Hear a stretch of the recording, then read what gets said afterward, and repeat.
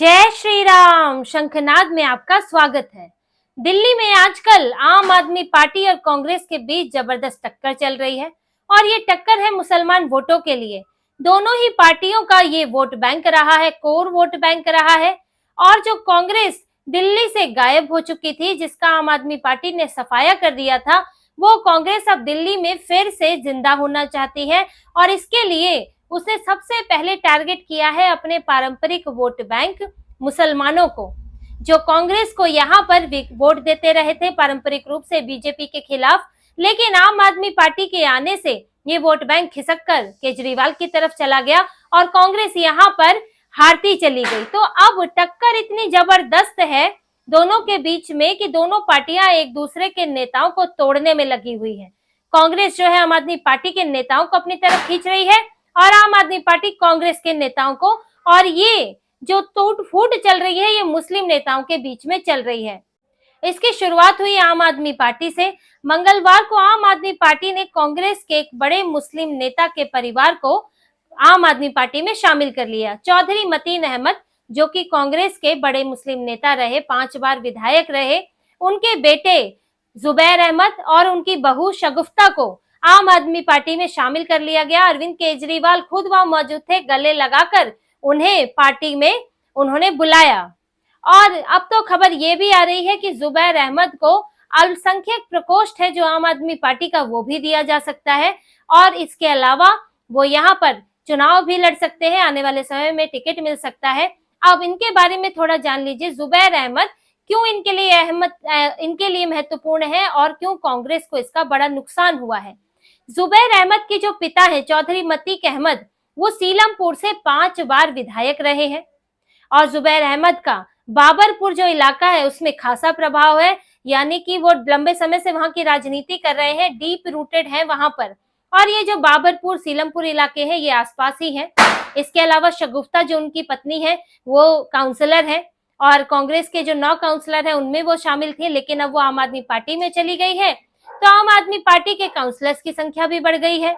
और इस तरह आम आदमी पार्टी ने कांग्रेस के एक बड़े नेता को अपनी तरफ खींच लिया, और वो भी मुस्लिम इलाके में, जहां पर कुछ कॉन्स्टिट्यूएंसीज ऐसी हैं जो मुस्लिम बहुल है और वहां कांग्रेस को फायदा हो सकता था।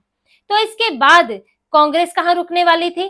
कांग्रेस ने आम आदमी पार्टी के नेता जो उस वक्त नाराज थे अब्दुल रहमान, उनके सामने दाना फेंक दिया और अब वो जल्द ही कांग्रेस में शामिल होने वाले हैं। अब्दुल रहमान इस बात से नाराज चल रहे थे कि जुबैर अहमद को पार्टी में लिया गया है, क्योंकि अब्दुल रहमान जो कि खुद सीलमपुर से विधायक है और इसके अलावा वो अल्पसंख्यक प्रकोष्ठ के अध्यक्ष भी हैं आम आदमी पार्टी के। लेकिन उन्होंने कल ये घोषणा की, ये ट्विटर पर उन्होंने बताया कि वो इस्तीफा दे रहे हैं अल्पसंख्यक प्रकोष्ठ के अध्यक्ष के पद से, क्योंकि हमारे बीच कुछ मतभेद हो गए हैं, पार्टी के बीच और मेरे बीच मतभेद है, जो कई चीजें हैं उनसे मेल नहीं खा रही है, इसलिए वो इस अध्यक्ष पद से इस्तीफा दे रहे हैं। लेकिन ये बताया जा रहा है कि जो अब्दुल रहमान है वो जुबैर अहमद के आने से नाराज थे और उनको ये लग रहा था कि कल को उन्हें हटाकर जो है अल्पसंख्यक प्रकोष्ठ का अध्यक्ष बनाया जा सकता है। ऐसे में कांग्रेस से उनकी बातचीत हुई और वो आने वाले दिनों में जल्द ही कांग्रेस में शामिल हो सकते हैं। देखिए, कांग्रेस इस वक्त आम आदमी पार्टी को चुनौती दे रही है, क्योंकि दोनों का वोट बैंक लगभग एक जैसा है और बीजेपी से ज्यादा बड़ा उसके लिए खतरा आम आदमी पार्टी है। और जिन मुसलमान वोटों की हम बात कर रहे हैं ये आम आदमी पार्टी ही है जिसने वो कांग्रेस से छीने थे, क्योंकि जब तक अरविंद केजरीवाल नहीं थे तो पूरी तरह से मुस्लिम वोट जो है वो कांग्रेस को पड़ा करते थे। मुस्लिम बहुल इलाकों में कांग्रेस की बम्पर जीत होती थी, क्योंकि मुसलमान जो है वो बीजेपी के विरुद्ध वोट करते थे। 90% मुसलमान वो हमेशा से ये तय रहा है कि बीजेपी के खिलाफ ही वोट देंगे, तो उन्होंने बीजेपी के खिलाफ कांग्रेस को वोट देते रहे। कांग्रेस जीतती रही, बीजेपी भी आई सत्ता में, लेकिन शीला दीक्षित 3 बार जीती। ये सिर्फ दिल्ली के दूसरे वोटों के भरोसे नहीं था, ये एक मुश्त, कुछ इलाकों में एक मुश्त वोट पड़ता है, उसका असर भी था। लेकिन जब अरविंद केजरीवाल ने कदम रखा और वो अपने जन लोकपाल को लेकर आए, यहाँ कांग्रेस पर भ्रष्टाचार के आरोप लगाए, कांग्रेस के खिलाफ घोर एंटी इनकम्बेंसी भी चल रही थी और अरविंद केजरीवाल ने खुद को कांग्रेस से बड़ा मुस्लिम नेता बता दिया। मुस्लिम नेता इसीलिए क्योंकि कांग्रेस के नेता कहने को तो हिंदू हैं, लेकिन काम वो वही करते हैं, तुष्टीकरण, कोई मुस्लिम नेता भी मुसलमानों के लिए इतना नहीं करता जितना कांग्रेस के नेता करते हैं। तुष्टीकरण में वो हिंदुओं का भी नुकसान कर देते हैं। तो अरविंद केजरीवाल जब दिल्ली में आए थे नए नए चुनाव लड़ने, एक बार उनको सफलता मिली लेकिन बहुमत नहीं मिला, तो उन्होंने जो उनकी 46 दिन की सरकार थी वो चलाने के बाद उन्होंने इस्तीफा दिया। फिर उन्होंने जो है सिर्फ भ्रष्टाचार के मसले पर चुनाव नहीं जीता जा सकता, उन्होंने रणनीति बनाई और कोर वोट बैंक छीना कांग्रेस का, झुग्गी झोपड़ी का वोट बैंक और इसके अलावा मुस्लिम वोट बैंक। आप इनके भाषण देख लीजिए अरविंद केजरीवाल और उनके नेताओं के, खासतौर से संजय सिंह के, जो आज अभी हनुमान मंदिर जाते हैं, टीका लगा के भाषण देते हैं। वो पहले ऐसी ऐसी बातें बोलते थे मुस्लिम इलाकों में जो कोई मौलवी भी नहीं बोलता होगा, या उनके धर्मगुरु भी नहीं बोलते होंगे। ऐसी ऐसी बातें संजय सिंह के, ऐसे ऐसे भाषण निकल कर आते हैं जिसमें वो ये तक बातें बोल रहे हैं कि सभी को इस्लाम ही स्वीकार कर लेना चाहिए, इस्लाम का जो है पूरी दुनिया में प्रसार होगा और हिंदू भी उनके ही भरोसे हैं। ये सब बातें जो है, उन्होंने ऐसी ऐसी बातें बोली है जिससे कि मुसलमानों का उन्होंने भरोसा जीत लिया।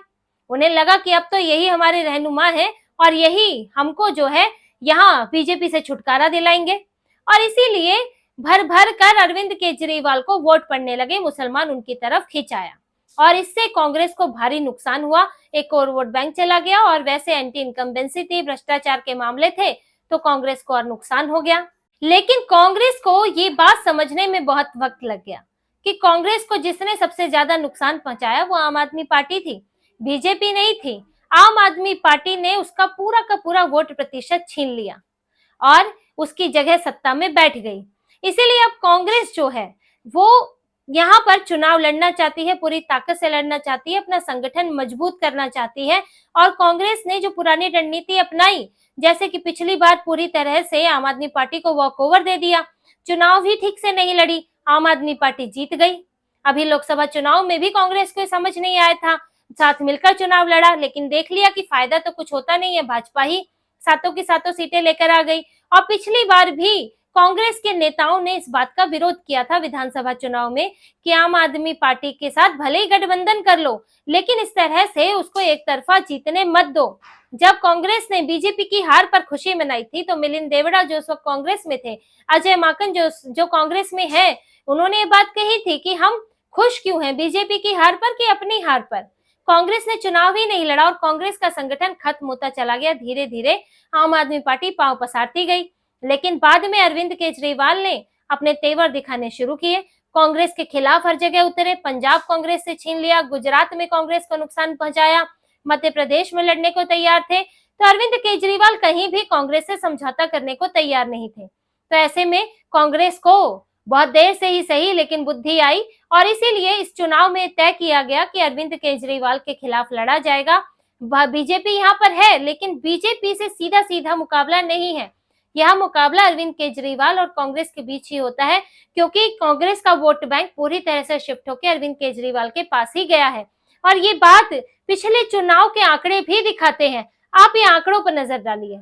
2003 से शुरू करते हैं।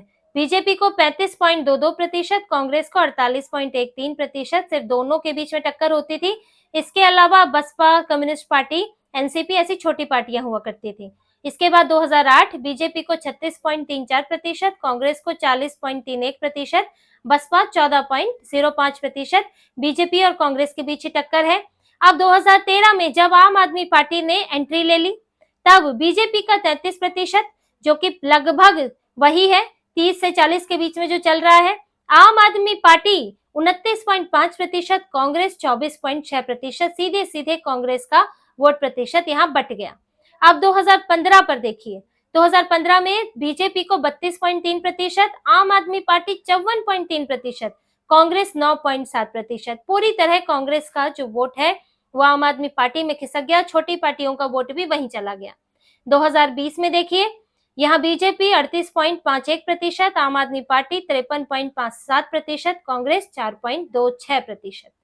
तो ये पूरे आंकड़े आपने देखे जिससे साफ पता चलता है कि बीजेपी जो है 32, 38, 35% पर रही है। अपना वोट शेयर बीजेपी का इंटैक्ट रहा है, लेकिन आम आदमी पार्टी कांग्रेस के वोट शेयर में से हिस्सा ले गई, पूरा ले गई और यहाँ तक कि 50% से ऊपर तक लाने लगी, जो कभी कांग्रेस भी नहीं ला पाई थी। तो ये बड़ा नुकसान, बड़ा डेंट जो है कांग्रेस को आम आदमी पार्टी ने ही पहुंचाया है और कांग्रेस अब इसे सुधार करना चाहती है, इस डेंट में की मरम्मत करना चाहती है और इसीलिए अब कांग्रेस पूरी ताकत से दिल्ली चुनाव में जुटी हुई है। जैसे कि अभी न्याय यात्रा निकलने वाली है कांग्रेस की 8 नवंबर से 4 दिसंबर तक, उसमें राहुल गांधी आएंगे, प्रियंका गांधी आएंगी और ये यात्रा होगी दिल्ली न्याय यात्रा, जो कि भारत जोड़ो यात्रा की तरह होगी और पूरी 70 कॉन्स्टिट्यूएंसीज में कांग्रेस के नेता जाएंगे, राहुल गांधी भी कुछ इलाकों में जाएंगे और यहाँ पर लोगों से बात करेंगे, यानी कि गली गली मोहल्ले जाकर जुड़ने की कोशिश है कांग्रेस की। और इससे डरी हुई है आम आदमी पार्टी। अरविंद केजरीवाल ने गठबंधन की कोशिश भी की थी कांग्रेस के साथ कि कुछ सीटें देकर कांग्रेस को शांत कर दो, जैसे कि हरियाणा में कांग्रेस जो है अरविंद केजरीवाल को शांत करने की कोशिश कर रही थी, लेकिन बात नहीं बन पाई। तो अरविंद केजरीवाल ने जम्मू में उम्मीदवार उतार दिया और वो जीत भी गया।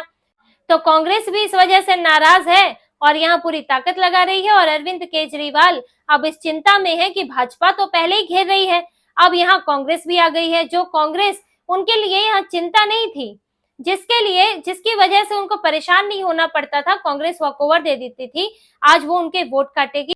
और देखिए अगर कांग्रेस का वोट प्रतिशत यहाँ से थोड़ा बढ़ता है, जैसे कि 4% आया था, अगर वो 12 से 15 के बीच भी पहुंचती है तो फिर अरविंद केजरीवाल के लिए दिल्ली के चुनाव जीतना बड़ा मुश्किल हो जाएगा। मामला त्रिकोणीय भी हो सकता है या फिर बीजेपी सबसे बड़ी पार्टी बनकर भी उभर सकती है, क्योंकि बीजेपी का वोट जो है, वोट शेयर वो इंटैक्ट रहा है, उतना तो 30+ तो मिलना ही मिलना है और ये आज से नहीं चल रहा है। मैंने आपको डेटा दिखाया, ये 2003 से चलता हुआ आ रहा है और बीजेपी इसको बनाए रखने में सफल हुई है।